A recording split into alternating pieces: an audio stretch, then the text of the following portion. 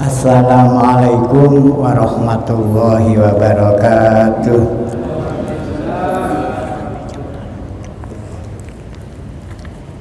Al-Fatihah. Syaitanirrajim.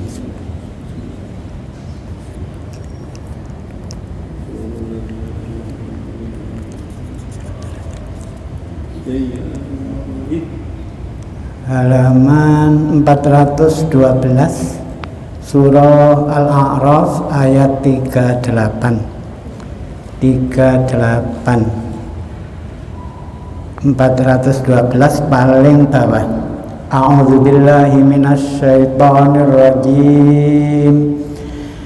Bismillahirrahmanirrahim. Qala dkhulu fi umamin qad khalat min qablikum minal jinni wal insi finnar kullama dakhalat ummatul la'anat ukhtaha hatta idza daraku fiha jami'an qalat ukhrahum liulahum rabbana haula'i adalluna fa'atihim azaban bi'fan minan nar qala likullin di'fun walakin la ta'lamun. Bismillahirrahmanirrahim. Qala dawu Allah Ta'ala, udkhulu malbu sira kabeh fi umamin ing dalem pira-pira umat qad khalat kang teman-teman wis keliwat iya pira-pira umat min qablikum saking sedurunge sira kabeh minal insi saking minal jinni saking jin wal insi lan manungsa finnari ing dalem neraka, bahwa jin niku nggih mati. Jin itu juga ada batas umurnya, tidak seperti malaikat. Kalau malaikat itu batas umurnya sampai kiamat juga akan mati, semua mati kecuali Allah. Namun ketika waktunya ba'ats, dibangunkan kembali para malaikat itu, begitu juga jin. Hanya saja bedanya jin dengan manusia, umur jin itu jauh lebih panjang daripada manusia. Ada yang sampai puluhan ribu tahun itu umur jin, tapi akhirnya juga mengalami seperti manusia, ada yang masuk surga, ada yang masuk neraka, karena jin itu makhluk yang mukallaf artinya dibebani. Kemudian kita manusia juga mukallaf, kita hidup ini juga dibebani oleh Allah untuk beribadah. Jadi bagi kita sholat, puasa, naik haji, zakat, itu semuanya beban tapi mengandung pahala, tidak sekedar taklif, tidak sekedar beban saja tanpa ada pahala. Untuk itu kita ini manusia jauh lebih enak daripada jin. Kenapa? Umur kita tidak sepanjang seperti jin, puluhan ribu tahun, ribuan tahun, puluhan ribu tahun. Kalau sekian banyaknya, kemudian bebannya sama dengan manusia, mereka juga, jin Islam ini, mereka juga wajib sholat, wajib zakat, wajib puasa tiap Ramadan, persis sama, wajib haji juga. Jadi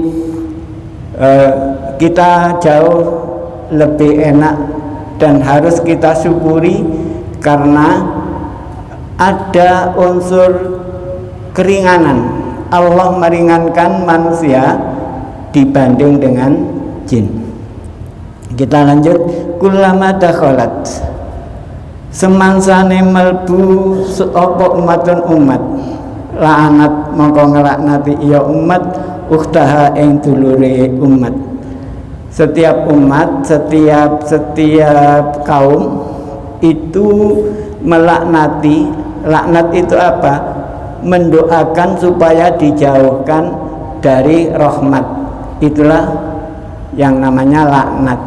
Jadi dari kalangan jin juga mendoakan pada pimpinan-pimpinan jin yang menurut mereka pimpinan jin itu tidak baik, mengajak ke arah yang jelek. Itu dilaknati oleh para kaumnya, para pengikutnya. Sesama manusia juga seperti itu. Orang beragama Nasrani, mereka juga melaknati. Ini nanti kejadian ini nanti di Ba'ats, di hari Ba'ats, hari kebangkitan. Mereka penganut Nasrani itu melaknati pada pimpinannya, pimpinan yang mengajak dia untuk berfaham Trinitas, bahwa Tuhan itu ada 3, Tuhan Bapa, ada Bunda Maria, ini kalau Katolik, juga Roh Kudus. Roh Kudus itu malaikat Jibril, itu dipertuhan ketiga-tiganya.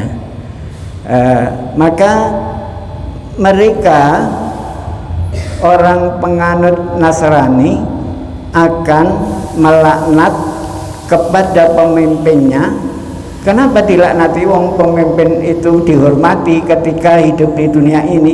Iya, ketika di dunia mereka dihormati, bahkan para pendeta itu gajinya besar, mendapatkan fasilitas rumah, ada mobil, macam-macam. Tapi ingat, nanti ketika di hari Ba'ats mereka dituntut oleh kaum-kaumnya sendiri.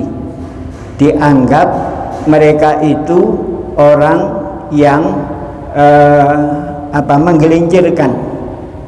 Saya diajak berfaham Nasrani, sekarang ternyata salah.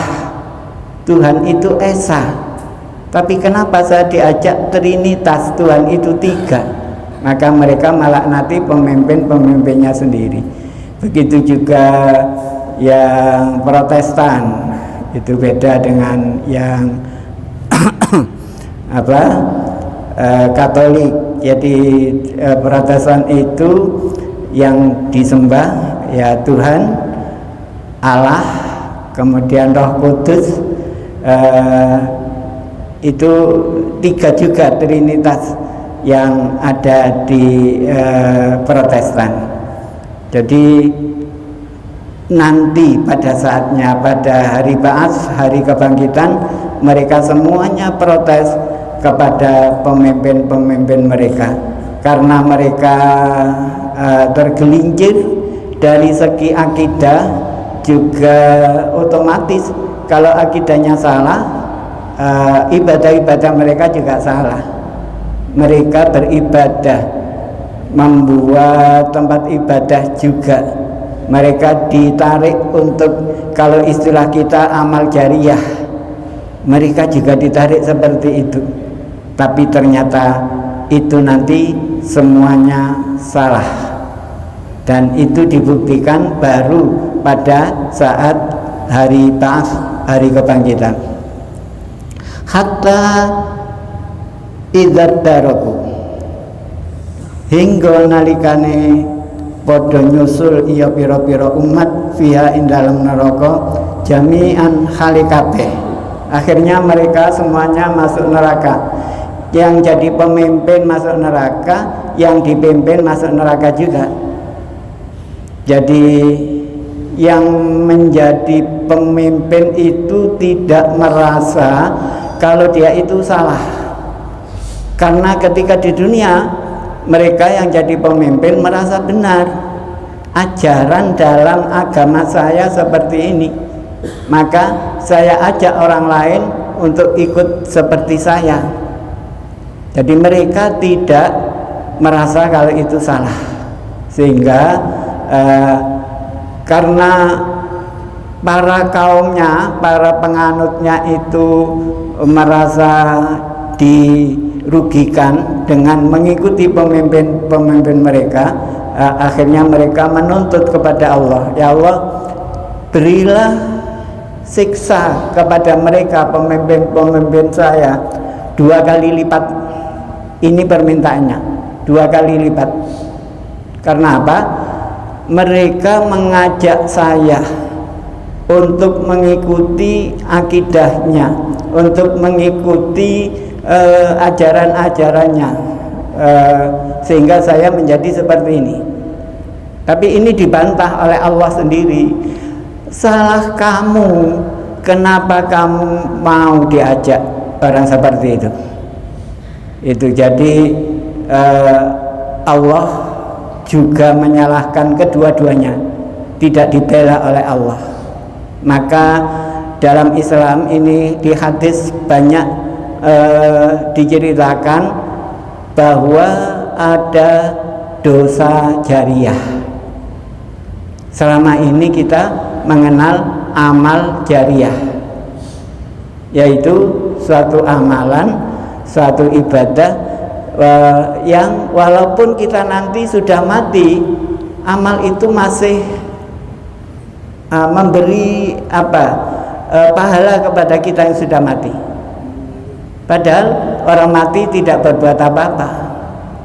Ya, yang kita kenal itu sodakotin jariyatin, sodakoh jariah, yaitu satu sodakoh yang kita peruntukkan untuk misi sosial. Akhirnya sedekah itu masih tetap digunakan terus menerus.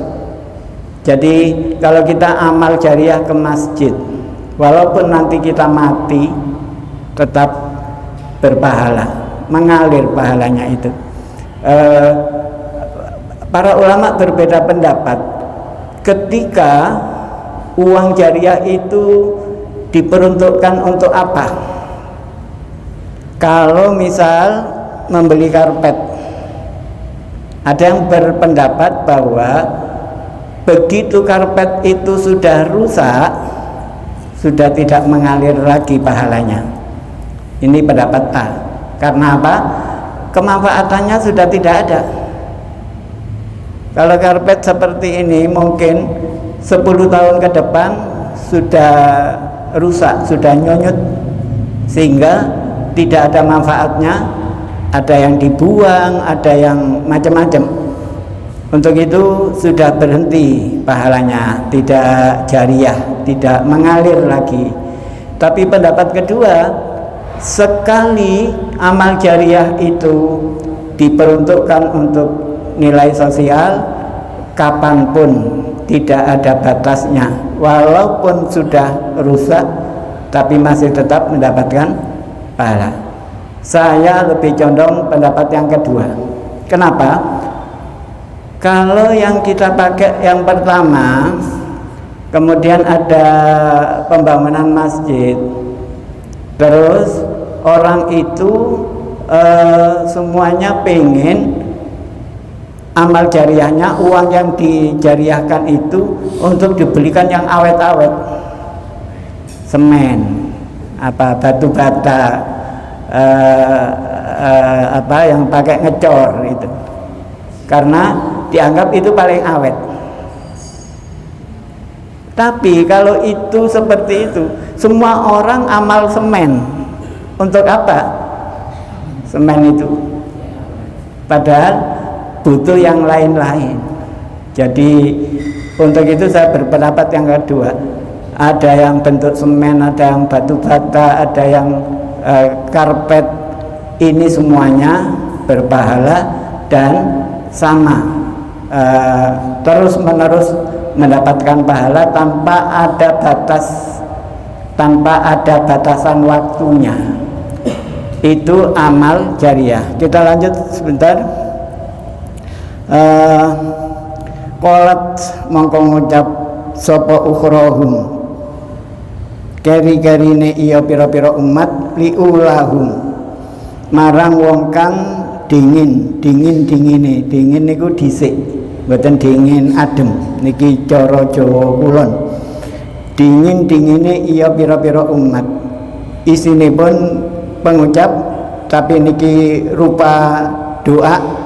Rabbana do pangeran kula sedaya haulai utai mengkono ya ulahum iku adalluna nyasaraken ya ulahum ing ingsun kabeh faatihim mugi maringono panjenengan ing ulahum azaban ing siksa difan kang tikel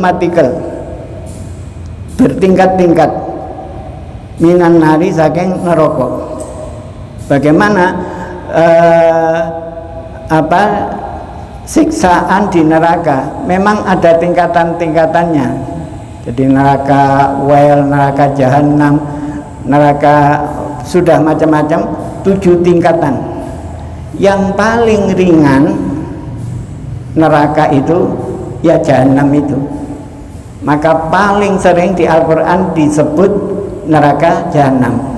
Itulah neraka paling ringan, neraka yang paling atas. Jadi kalau neraka itu semakin ke bawah semakin berat siksaannya, semakin kuat. Beda dengan surga. Kalau surga itu yang paling rendah itu bagi orang yang paling minim, amalnya minim, pas-pasan. Semakin tinggi semakin enak, fasilitasnya semakin lengkap. Itu kalau surga, lawan dari neraka. Jadi mereka orang-orang yang menjadi penganut dari seorang pemimpin.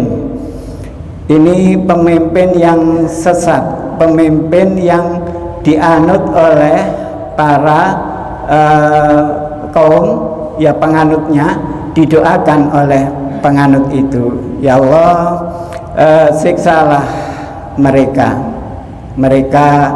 orang yang mengajak dia masuk agamanya tetapi ternyata salah. Mereka telah menyesatkan kami, maka berilah mereka azaban di'fan, siksaan yang berlipat-lipat minan nar, berupa neraka itu. Ini doa mereka. Bagaimana jawaban Allah di lanjutan ayat? Qala dawuh sapa Allah taala, likulin iku keduwe saben-saben suwiji difun utawi tikelan, masing-masing orang ada lipatannya, walakin tetapine la ta'lamuna, orang ngerti sira kabeh. Jawaban Allah ini menandaskan bahwa orang itu tergantung perannya. Pemimpin yang mengajak ketika masih hidup di dunia ini untuk mengikuti dia, mengikuti agama dia, mengikuti faham dia, ini punya tanggung jawab besar.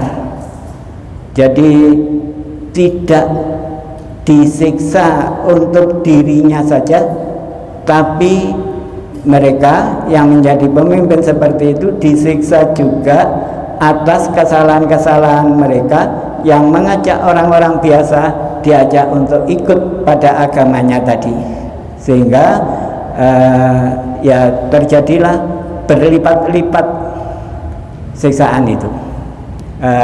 Ini yang dimaksud adalah yang dikatakan sebagai dosa jariah. Jadi ada amal jariah, amal soleh, ada dosa jariah juga. Istilah dosa jariah itu banyak diterangkan di dalam hadis. Itu jadi setiap orang yang menjadi pemimpin kemudian ditiru oleh orang banyak, oleh kaum, seorang kaum, maka kalau itu salah, pemimpin tersebut tidak bertanggung jawab untuk dirinya sendiri.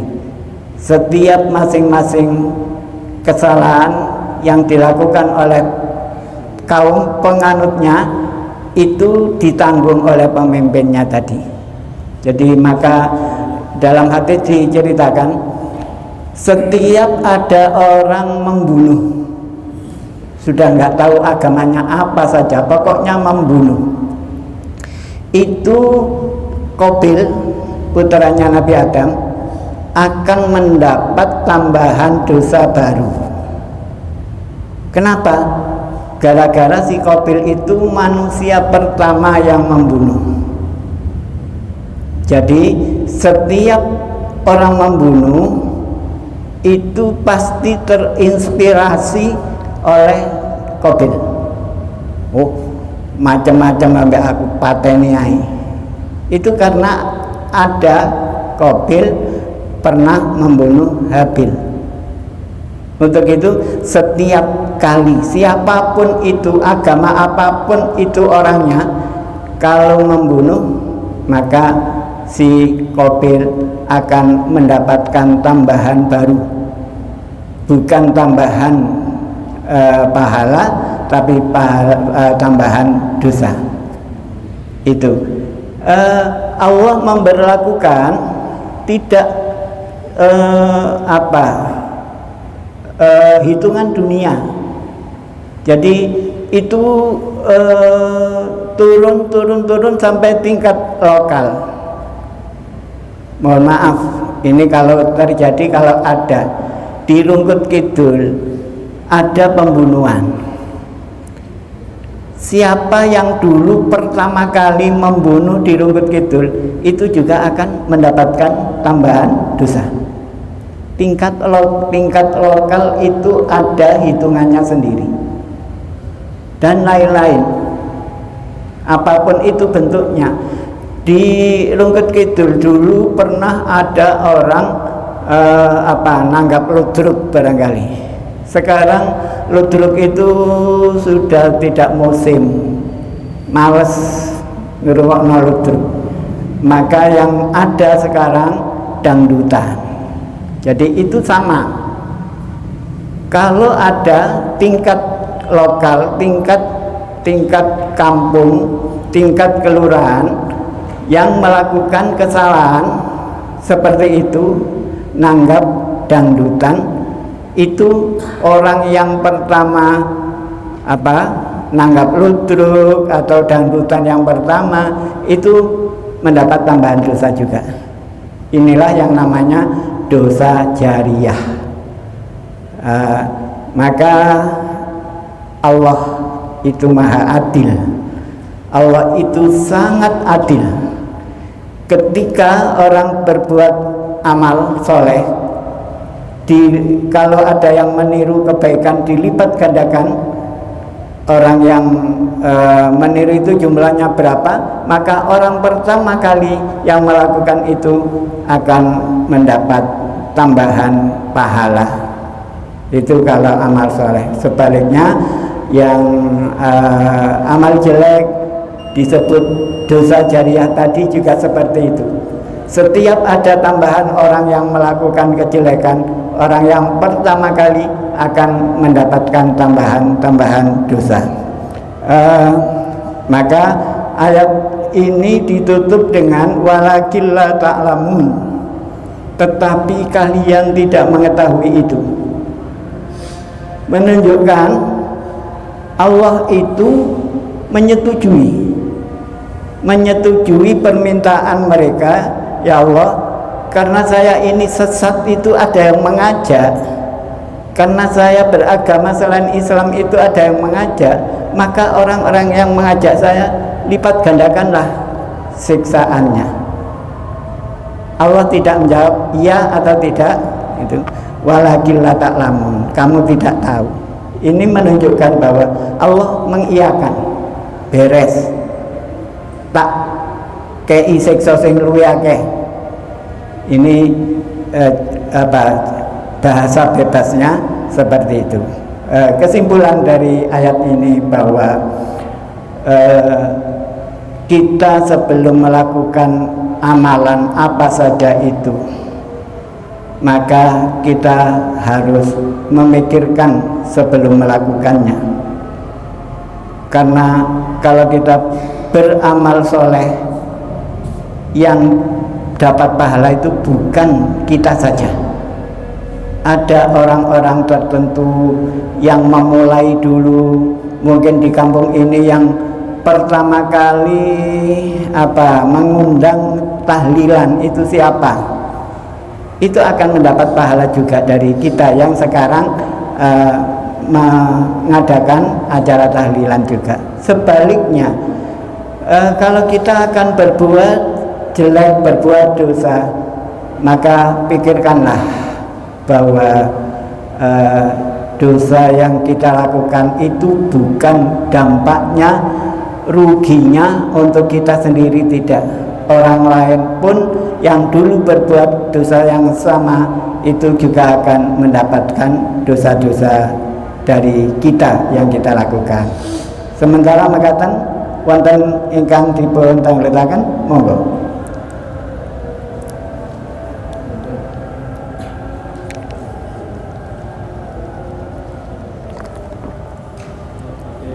Nggih, monggo. Siksa yang ditangguhkan itu apa nih? Siksa yang di dunia ditangguhkan. Nggih, siksa di dunia tapi ditangguhkan. Berarti ditangguhkan di akhirat. Nggih. Siksa yang ditangguhkan itu menurut Allah adalah untuk memberi kesempatan kepada kita yang semestinya sudah mendapatkan siksa itu, tapi oleh Allah ditangguhkan. Barangkali sebelum mati orang ini bertaubat, itu tangguhan waktu itu untuk itu. Adapun sudah diberi waktu tangguh tapi ternyata tidak mau bertobat, itu yaitu akhirnya siksaannya itu di akhirat. Jadi semestinya yang namanya siksa itu pasti di akhirat. Kenapa ada yang disiksa di dunia? Semestinya bagi orang Islam tidak ada siksaan itu di dunia. Kalau orang kafir iya. Jadi orang kafir mati ketabrak mobil, siksa itu. Tapi kalau itu orang Islam justru mati syahid. Matinya mati syahid, walaupun itu syahid dunia. Karena syahid itu ada syahid dunia, ada syahid akhirat. Ada dua-duanya, syahid dunia plus akhirat. Itu jadi penangguhan dosa itu adalah manfaatnya bagi yang bersangkutan supaya mau bertobat dulu. Kalau sudah tobat berarti tidak ada siksaan di akhirat lagi. Maka cakap alhamdulillahirabbil alamin hamdan katsiran thayyiban mubarakan fih. Allahumma shalli wa sallim wa barik ala sayyidina Muhammadin nuriz zati wa sirris sari fi sa'iril asma'i was sifat wa ala alihi wasallim. Allahumma tawwil umurana wa sahhih ajsadana wa nawwir qulubana wa hassin akhlaqana wa wasi' arzaqana wa ilal khairi qarribna wa anis syarri ba'idna wa qdi hawaijana fid dini wad dunya wal akhirah. Rabbana atina fid dunya hasanah wa fil akhirati hasanatan wa qina azaban nar. Wa sallallahu ala sayyidina Muhammadin wa ala alihi wasallam. Alhamdulillahirabbil alamin. Wassalamualaikum warahmatullahi wabarakatuh.